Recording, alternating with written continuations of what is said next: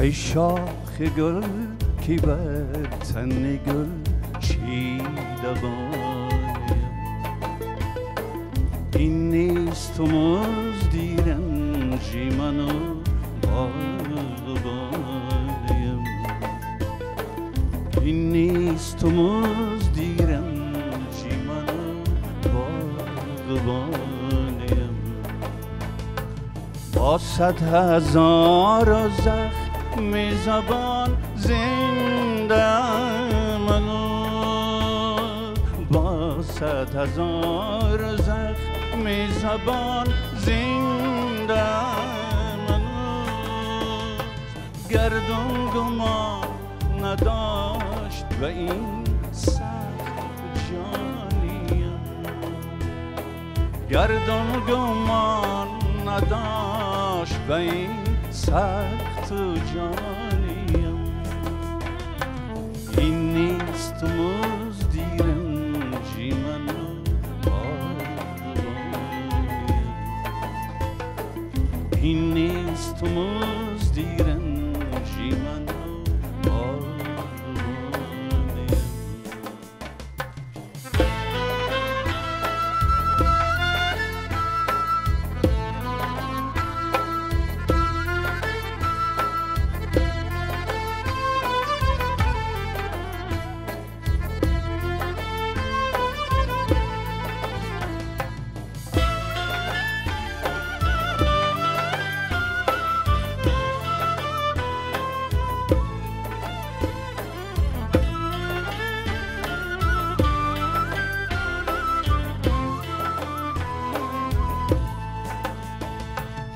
پرورده‌ام به نازکی افکندم به خاک، پرورده‌ام به نازکی افکندم به خاک، آخی چرا به خاکی سیاه می نشانیم، آخی چرا و خاکی سیاه می نشانیم، این نیست و مزدی رنجی منو باغبانیم، این نیست و مزدی رنجی منو باغبانیم.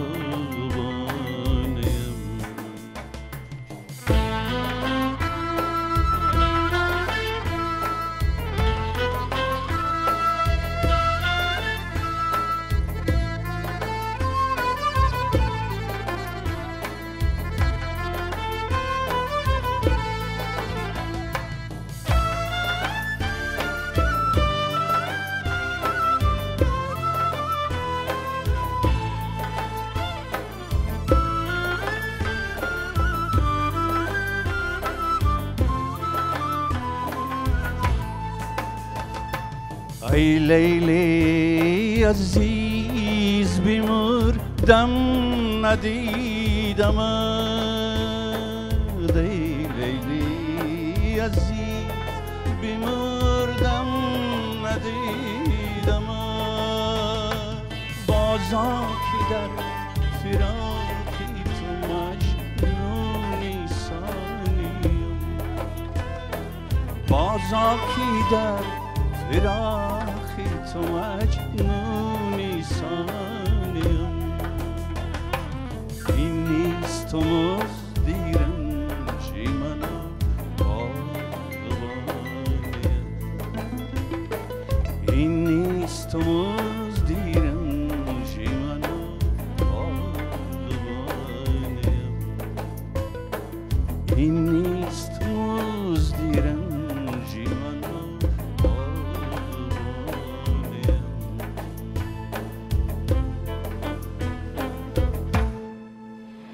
شامتون بخیر تماشابینان عزیز، برنامه خاطره هاست منظور شما و من باور دارم که این برنامه یک برنامه زیبا خواهد بود، یک برنامه‌ای که برای شما پسند می‌افتد، زیرا که قهرمانی همین برنامه با همراهی شما خاطره های خیلی زیاد دارد.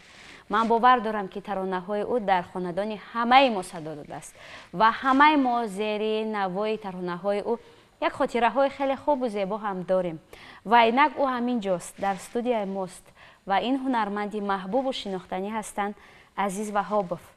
خوش آمدید به برنامه. براستی از دیدنتون خیلی خوشحال شدیم. شما را که بار اول روبروی هم میبینم، زیرا که پیشتر از این خیلی خرد بودم، در یاد دارم که طریق تلویزیون تماشا میکردم. در ذهنم ماند هم مخصوصا همون ترانه‌ای که گل به دامان تو هم همراهی نگینه راوپا و بیای نوری دیده. بله، با همراهی مستانه ارگش و جانی من باشی. بله، خیلی یک دوره زیبا. نوبسته به اونی که میگویم کودک بودم، اما در خاطره هم ماند همون لحظه های خیلی زیبا. و همین ترانه رو نیز بگیریم، ترانه ای شاخ گل، ترانه سوربن است. بله. این ترانه رو بابا جان عزیزов سراییده است، جمشید اسماعیلов، سریا قاسیمova. اما با صدای شما از نگاه من یک خاراکتری دیگر دارد. گویا یک ترانه نو است، جدید است، یک ترانه خود شما است. برای شما چه اهمیت دارد همین ترانه؟ چقدر این ترانه آوان کودکی هم از بس که ترانه خیلی هم قدیمه است. بله. این سرودی سالهای 60 هم گوییم، خطا نمیکنیم، سالهای 60 65 از جانب استاد سوربن اجرا شده است و من آوان جوانی هم خیلی هم پسند بود و بسیار میخواستم که یک بار زمزمه کنم سرایم سرود رو. من سرودی لیریکی آرام و بسیار شنوایی است، شنیدنی است. بله. در دوران جوانیتون سراییدید؟ آن وقت کم می سراییدم این سرودو، زمزمه میکردم. فقط بسیار نیت داشتم که همین سرود را با طریق پورش سرایم. برای من خیلی جالب است که شما از کی شروع کردید؟ کی تحریک داد شما رو به موسیقی؟ قلبتون و یا امکانیتی که داشتید یا محیط اویلوی و یا چی؟ محیط اویلوی ما بابایم از بس که مدرس بودند و با اسباب‌های موسیقی سر و کار داشتن، می نواختن اون کس. ممکن که همین هنرهای بابایم به من یک ذوق، یک الهامی تازه بخشیدند و من به جلوی صنعت قدم گذاشتم. اولین سرودتون کدام سرود بود استاد؟ سرود اولین من آنی مکتب خوانیم صنفی 9-10 بودیم که دل را ببین در غزلی استاد لاهوتی بود. همین را با لنته آوازی رادیو ثبت کردیم. الکی در صنف 9 میخوندید؟ سرودی اولینتون رو؟ اولین سرودم را صنف 9 بودم ثبت کردم. آهنگ از کی بود؟ آهنگ از محکم زبیداللهیف. و در رادیو مراتبه اول شنیدید، چه احساس شما رو فرا گرفت؟ سرود خود شما است. اون وقت سرودها کم صدا میدادند در رادیو. همین سرودی دل را ببینه با همراهی یک دخترای ناحیه یاوان و 3 دختر قمی میخوندن. همین سرود دائما هر روز یا یک روز پس از طریق رادیو میشنوانیدم و من گوش کرده الهام میبردم که من از سرودی من بعد معلما و همصنفا و گفت ای من خوندی تو خونده ایستاده ای. الکی با همین سرود شما را در حدود ناحیه شناختن مردم؟ بله بله. با همین سرود معروف شدید؟ معروف شدیم در ناحیه و بعد در جمهوری و فیلارمونی دولتی با کار آمدم. طولی 5 سال در فیلارمونی در دسته هنری استاد ظفر ناظم کار میکردیم. با همراهی استاد ظفر ناظم کار کردید؟ بله. 5 سال. و میگویند که ظفر ناظم یک راهبر و استاد خیلی سختگیر بوده. بله بله. نسبت شما نیست؟ بله. چه خاطره ها همراهی دارید؟ خاطره خیلی زیادن. باره با منطقه قتلان با گاسترول رفتیم. من کمی دیر کردم. یک جا سفر کرده بودیم، یک شب نشینی بود. شب نشینی من گیر شدیم و دیر کردم. اون کس بسیار در خجالت شدن، چنان عصبی شدن که تا مشت برداشتن که من زنان که من گریختم. استاد نترسیدید؟ اون کس در قفای من یک کاری کرده از چنگالی غضبی اون کس من خلاص شدم. بعد سختگیر بودند و дарав аз дилашон мебароварданд ҳамин кинагир набуданд ҳамин як рӯз дум рӯз ба аллакай фаромӯш мекарданд аммо лаҳзаҳои хеле ширин буд ба гумон бале давраҳои ширини ҳаёт буд вақт ва устод биёед дар идома як таронаи дигар пешниҳод кунем ва бозам хотираҳоро маротибаи дигар дар назарамон зинда кунем кадом таронаро мехонед устод имрӯз касе маҳрами асрори касе нест як таронаи хеле зебост ин тарона ки ифшо шуд ҳоло сабт накардам ин тароная сабт накардед як таи ду-се моҳ аст ки ман бо ин таронае ҳаст ки навакак ҳоло сабт мекунед дар тамринатон шунидем ки ин қадар таронаи зебо таъсирнок ман бовар дорам ки барои шумо низ тамошобинони азиз писанд меуфтад зеро ки ҳангоме ки устод қабл аз сабти барнома ин таронаро тамрин мекарданд бо ҳамроҳии гурӯҳ хеле гӯшнавоз аст як таронаи зебост марҳамат гӯш кунед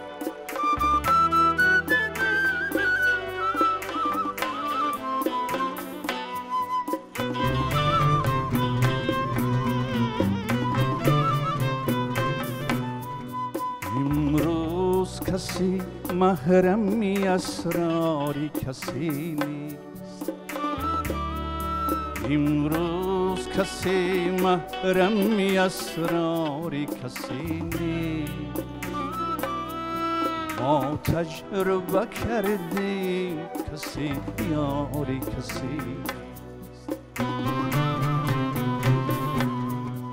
هر مردی شتربان ویسی خرمی نیست هر شیشه گل رنگ حقیقی یمنی نیست هر شیشه گل رنگ حقیقی یمنی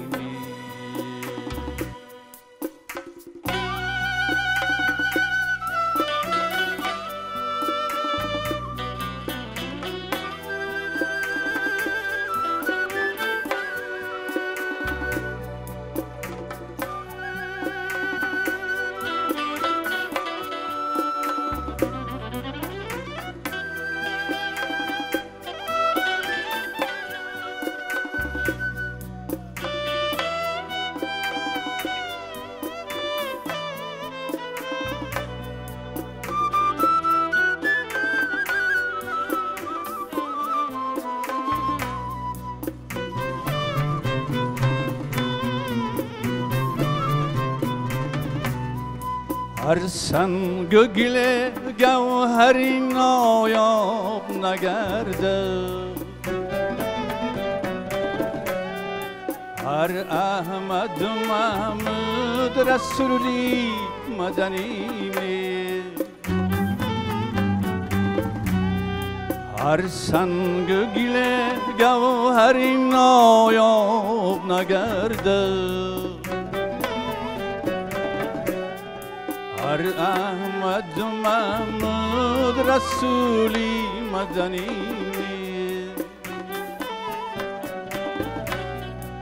با مردی خدا پنجم افکن چونم رو با مردی خدا پنجم افکن چونم رو این جیز خلیل است که آتش زدنی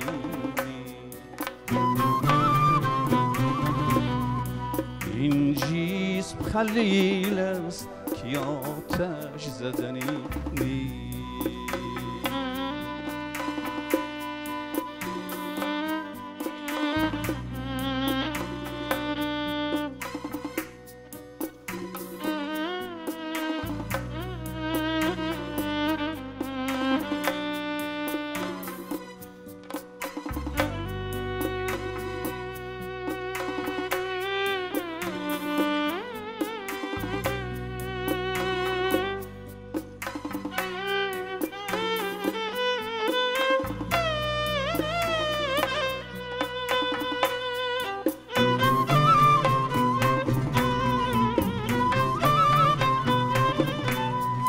جایی که برادر به برادر نکند را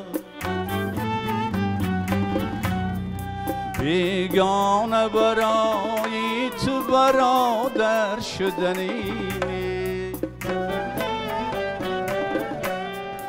جایی که برادر به برادر نکند را بیگانه برای تو برادر شدنی صد بار اگر دایه به تیفلی تو دیت شی صد بار اگر دایه به تیفلی تو دیت شی غافل مشوی دوست که مادر شدنی غافل مشوی دوست که مادر شدنی غافل مشوی دوست که مادر شدنی امروز کسی محرمی اسراری کسی نیست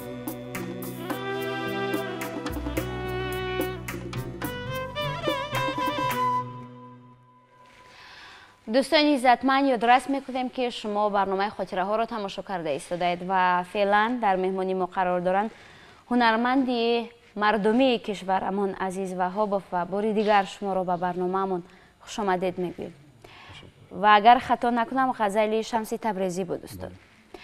پای بردیم که حالا فعالیت کرده ایستادید کار میکنید کم کم و گفتید که ثبت نکردیم خیلی میخواهیم که همین ترانه ثبت شود زیرا یک ترانه معرفتی است یک ترانه اخلاقی و تربیوی بله و من باور دارم که برای همه نسل جامعه پیسند میافتد هم برای نسل کلانسال هم برای نسل جوان گفتیم که خاطره های خیلی زیاد دارید در دوره های گوناگون فعالیت کردید در فیلارمونیا فعالیت کردید در انسامبل شش مقامی کمیته تلویزیون و رادیو نیست از اونجا چی خاطره ها دارید؟ از جمله سال 78 سال بعد از 5 سالی فعالیت در فیلارمونیا بله همه هنرمندان بزرگ جمهوری در اونجا فعالیت میکردن از آن جمله احمد باباخلوف برنامه ایساق و نیریا امینوف خب عموما هنرمندان اصلی جمهوری در اونجا بودن همراه بیامن چند سال کار کرده استاد؟ طولی 20 سال اونجا خیلی زیاد چی سبب شد که از فیلارمونیا به اونجا رفتید یا شما رو دعوت کردن؟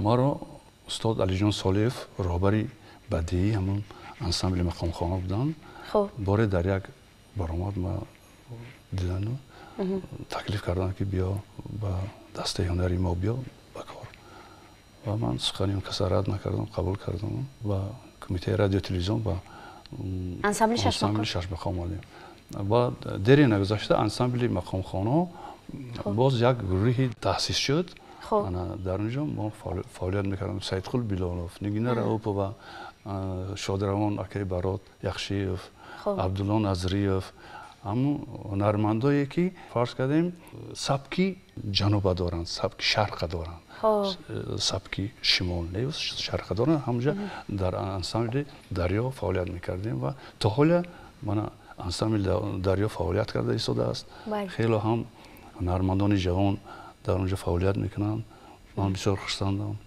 و اون زمان گفتید که یک انسامبل نو تشکیل شد به عنوان انسامبل دریا هنرمندان رو اسمشون رو که گرفتید همه‌شون ستاره هستند اون زمان نیز علاقه معروف بودن بله بله معروف بودن نگینه راوپ و نقره رحمت و محبوبه باهیر و سید خل بیلالوف مخیم زباید دلایف شادروان اکی برات عبدالله نظریف هنرمندان مشهوری جمهوری بودن به حساب میرفتن و استاد شما گفتم که در دوره های کودکی در خاطر دارم گل بدامانی تو با همراهی نگینه راوپ و سرایدید این کدام سال بود؟ این گل بدامان ما سال 81 ثبتی آواز کردیم سال 82 در باغ بوتانیکی یک بار دو سرود گلبادامانو بیا ای نوری دیده همراهی شادروان نگینه را ثبت کرده بودیم. یک ترانه خیلی قدیمی است اما سالیان زیاد بله درست قید کردید که ببینید که ما در خاطر داریم اون ترانه. سال 82 تا این سال قریب خیلی سالیان زیاد بله. من سال 88 به دنیا آمدم. ببینید در دوره مکتب خانی این ترانه رو من گوش میکردم طریق تلویزیون. و شما استاد احساس کردید که این ترانه الکی معروف شد، مردم خیلی خوب پذیرفتن ترانه؟ خوب قبول کردن مردم، هر روز طلب میکردن که سرایده شود این چیز. در سفرهای هنری همراه با هم خیلی زیاد بودید با همراهی مثلا نگینه راوپова؟ ما سفرهای هنری کم میبرامدیم در فیلارمونیا بیشتر سفر هنر رو بله در تمام ناحیه‌های من دوردستی جمهوری میرفتیم کنسرت و سیلاتی کالخوزشو بود، سیلاتی گاوجوشو بود اون وقت. بله همین ما میرفتیم در نزدیک خلق زنده روبرو ایستادم. گمان میکنم که در انسمبل شش مقام، در انسمبل دریا زیادتر ترانه ها رو ثبت میکردید، کلیپ بیشتر بود، همینطور؟ بله در انسمبل شش مقام هر هفته ما 2 روز ثبت داشتیم. یک از مقام ثبت میکردیم چی عمومی باشد چی سالا باشد، دیوم سرود با تنها ثبت میکردیم. استاد برای شما نزدیکتر کدام ژانرش است؟ اونی که شش مقام میسرایید یا ترانه های خلقی؟ شش مقام این اصیل است، مالی اصیل است که 1000 سالها است که تا ما آمده رسیده است. بله. این علاقه معلوم است که بزرگ است. اگر بزرگ نمیشد تا این سال آمده نمیرسید. بله. بعد هنرمندی که از تاریخ خودش خبردار نباشد و چیزی ساخته نمیتواند دیگر، چیزی پیشنهاد نکنه. باید انسان تاریخ پیدایش خودش، تاریخ صنعت و مدنیت خودش پیش از همه داند. بله. استاد بیاید یک ترانه دیگر پیشنهاد کنید. مرحمت. کدام ترانه رو پیشنهاد میکنید؟ یک سرود با نام ای دل به کوی او مرو، از بیخودی غوغا مکن. مرحمت.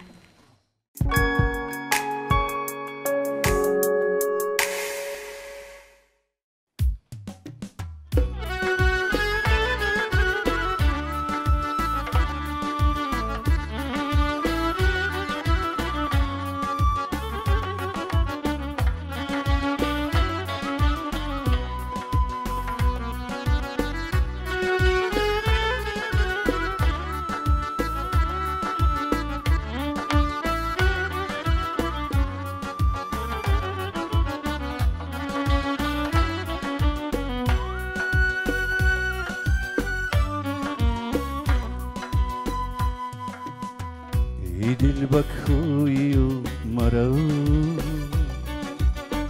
از بی خودی غوا مکن، از بی خودی غوا مکن. ای دل به کوی مرو، از بی خودی غوا مکن، از بی خودی غوا مکن. ما را و خود را بیش از این در عاشقی رسوا مکن، در عاشقی رسوا مکن. ما را و خود را بیش از این در عاشقی رسوا مکن، در عاشقی رسوا مکن.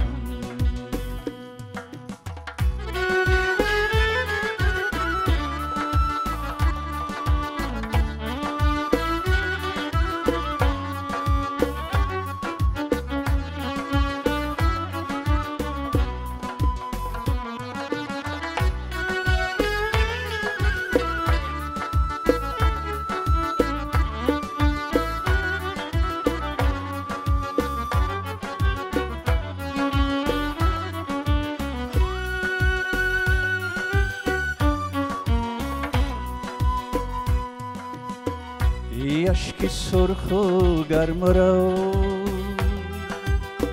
بر چهره‌ام ظاهر مشو، ای اشک سرخ و گرم را بر چهرم ظاهر مشو. آب که پنهان خوردم بر روی من پیدا مکن، بر روی من پیدا مکن. آب که پنهان خوردم بر روی من پیدا مکن، بر روی من پیدا مکن.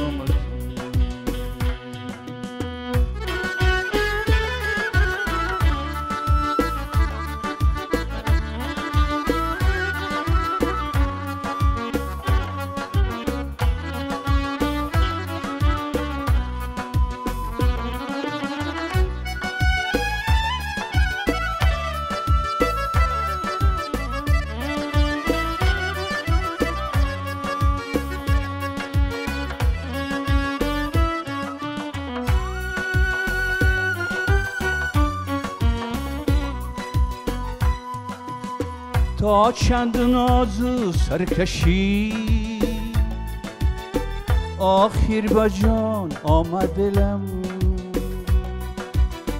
تا چند ناز و سرکشی آخر به جان آمد دلم. با عاشقی مسکینی خود زین بیش استغنا مکن، بیش استغنا مکن. با عاشقی مسکینی خود زین بیش استغنا مکن، زین بیش استغنا مکن.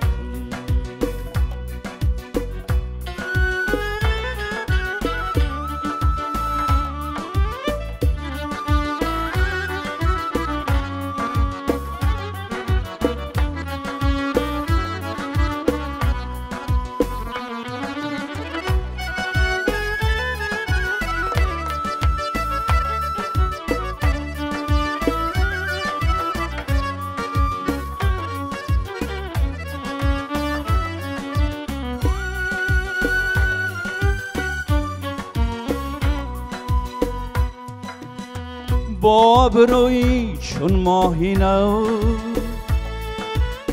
هوشی هلال را مبر. با ابرویی چون ماهی نو هوشی هلال را مبر. ماهی هلال ابروی من اخلی مرا شیدا مکن، مرا شیدا مکن. ماهی هلال ابروی من اخلی مرا شیدا مکن، اخلی مرا شیدا مکن. اینها مکن گر میکنی در پیش چشمی ما، در پیش چشمی ما مکن. اینها مکن گر میکنی در پیش چشمی ما مکن، در پیش چشمی ما مکن.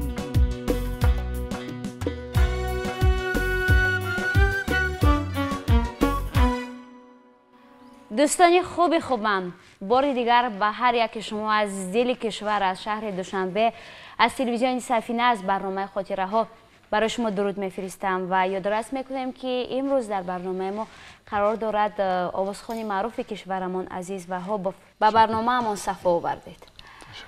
بیا درباره همین ترانه حرف بزنیم. این ترانه کی افشا شد؟ این ترانه سالهای 75 از جانب استاد احمد جان محمدیف آفریده شد. خب سالهای طولانی است که صدا میداد در رادیو در تلویزیون من برای از استاد خواهش کردم که همین سرود شما من خوانم.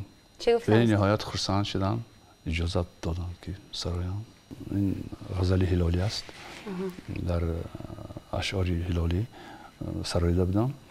و این بار دوم است که من به طریق زنده سرایده ایستادم. وقتی که همین ترانه رو میخوندید بسیاری ها میگفتن که صدایتون با صدای تاج‌الدین محی‌الدین خیلی مانند است. با اجرای همین ترانه همین سخن‌ها از نگاه من اثبات خودش را یافت. شما خودتان احساس میکنید که صدایتان مانندی دارد؟ ممکن که دیاپازون صداهامون مانند باشند. قسم باریتون بودن. بله. استاد احمد جان محمدیف هم باریتونن.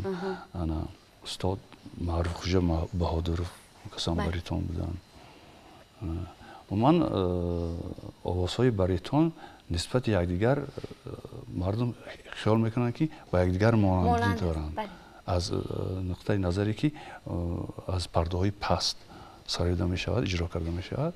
برای همین کمی هم مانند باشد ممکن.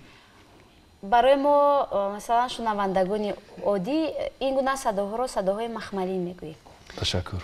و خیلی ترانه زیبا، واقعا هم یک ترانه موندگار. من باور دارم که این ترانه سالیان دیگر از نسل به نسل میگذرد و شما که سالیان زیاد در صحنه بودید، با همراهی مردم بودید، در محفل و معرکه ها بودید، در سفرهای هنری بودید، در دو ساختار فرهنگی کار کردید که نفوذ خیلی کلان داشتند، مخصوصا در همان سالهایی که فعالیت میکردید. از نگاه خودتان کدام کار نکرده ماند و بیشتر چی در خاطره ماند؟ من خیال میکنم که هیچ کار نکردم. اینقدر زیاد سالهای زیادی فعالیت کردیم و خیال میکنم که حالم کافی نیست. قناعتمند نیستی؟ بله. کوشش دارم که باز هم بیشتر با خلق، با مردم و شنوندگان خدمت کنم با سرودهای تازه و تر.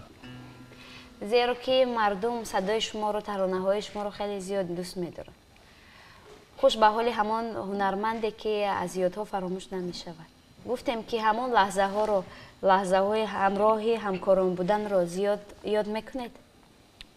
بسیار یاد میکنم. دوره های شیرینی حیات بود. خیلی هم جوان بودیم، با استادان همکاری کردیم. اونا با ما سبق میدادن، نصیحت میکردن. من زندگی رو از آنها من عبرت گرفتم. در راه زندگی آنها با من بسیار کمکی هر جانبه رسوندگی. شما که گفتیم که خیلی زیاد در صحنه بودید، تجربه کلان دارید، از نگاه شما یک هنرمند جوان چی باید کند که ترانه‌هایش ماندگار باشد؟ مثلا ببینید بعضا ترانه‌های میبرایند که تکرار به تکرار گوش میکنیم، اون ترانه میخواهیم تکرار هم گوش کنیم، تیز فراموش میشه. بله. اگر خواهند که سرودی اونا یک عمر صدا دهد، با غزل اهمیت دهند پیش از با متن. زیرا متن نیز نقش بزرگ دارد. متن. خب استاد، ما که به انتهای برنامه نزدیک میشویم، برای مخلصانتون، برای تماشابینان چی گفتن میخواهید؟ اون چی که از قلبتون است؟ پیش از همه آسمانی صاف، سلامتی بردوام و همه شنوندگانی تماشابینانی برنامه ما. بگذار دایم ما در محیط صنعتکاران باشید. دایم تمام خوشی‌های زندگی آرزو دارم. تشکر. زیرا که همین موسیقی است که قدرت تغییر دادن روحیه انسان رو دارد. همینطور نیست؟ این هم یک غذا است. غذای معنوی. بله. غذای مادی نه، غذای معنوی است. و انسان ها خیلی نیاز دارن به این غذا. بله بله. صنعت، مدنیت، هنر این انسان را تربیت روحی میدهد. و خوش به حال ما که یک لحظه از ترانه های شما روحاً ما تربیت گرفتیم استاد. سلامت باشید. و گفتیم که به انتهای برنامه نزدیک میشیم و در انتها بازم قلب ما میل گوش کردن یک ترانه دیگر را میدهد. بیاید یک ترانه بشنویم و بعدا برنامه را جنبش کنیم.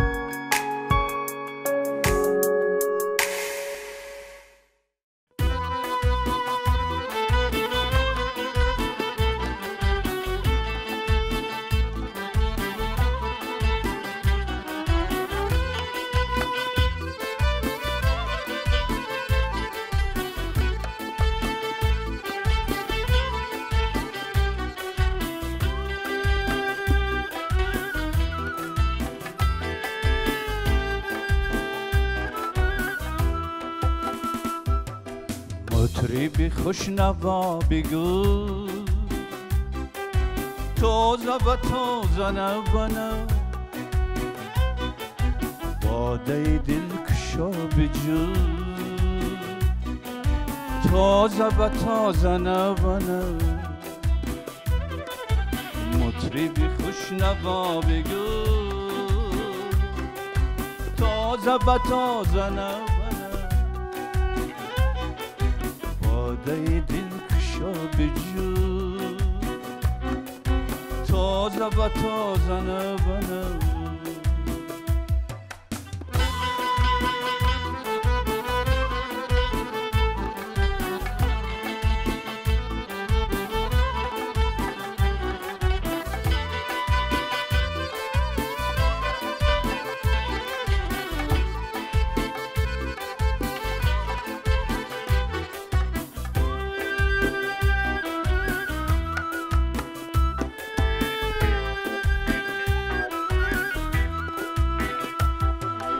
با صنم چلوبته خوش بنشین بخلوته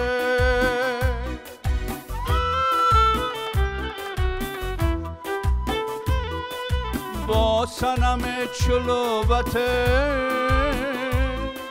خوش بنشین بخلوته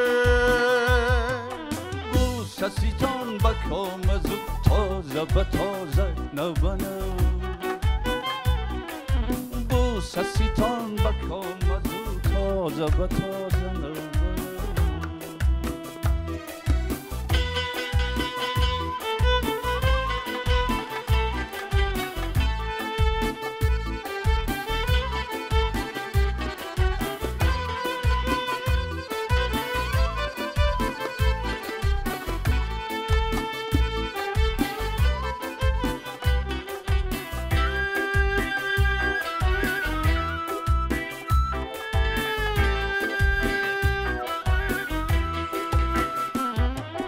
شاهدی دل ربای من میکند از برای من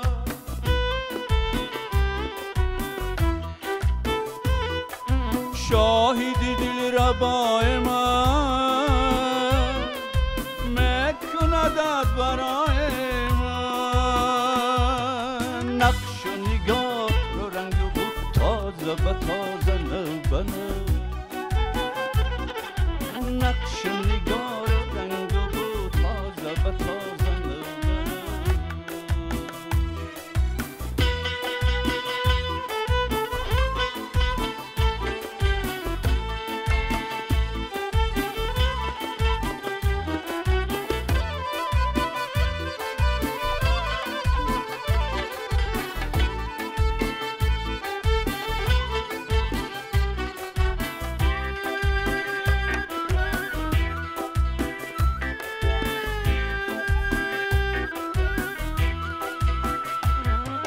بادی صبا چو بگذری بر سر کویان پری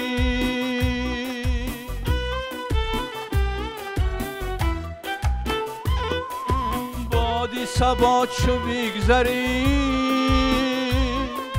بر سر کویان پری قصه ای حافظش بگو تازه و تازه نوانه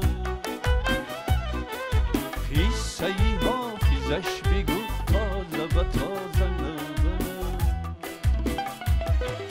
قصه ای حافظش بگو تازه و تازه نوانه قصه ای حافظش بگو تازه و تازه نوانه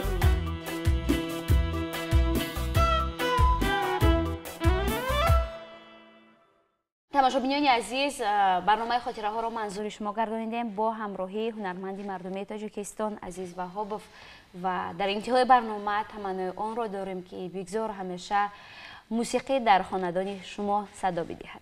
خیر عزیزان.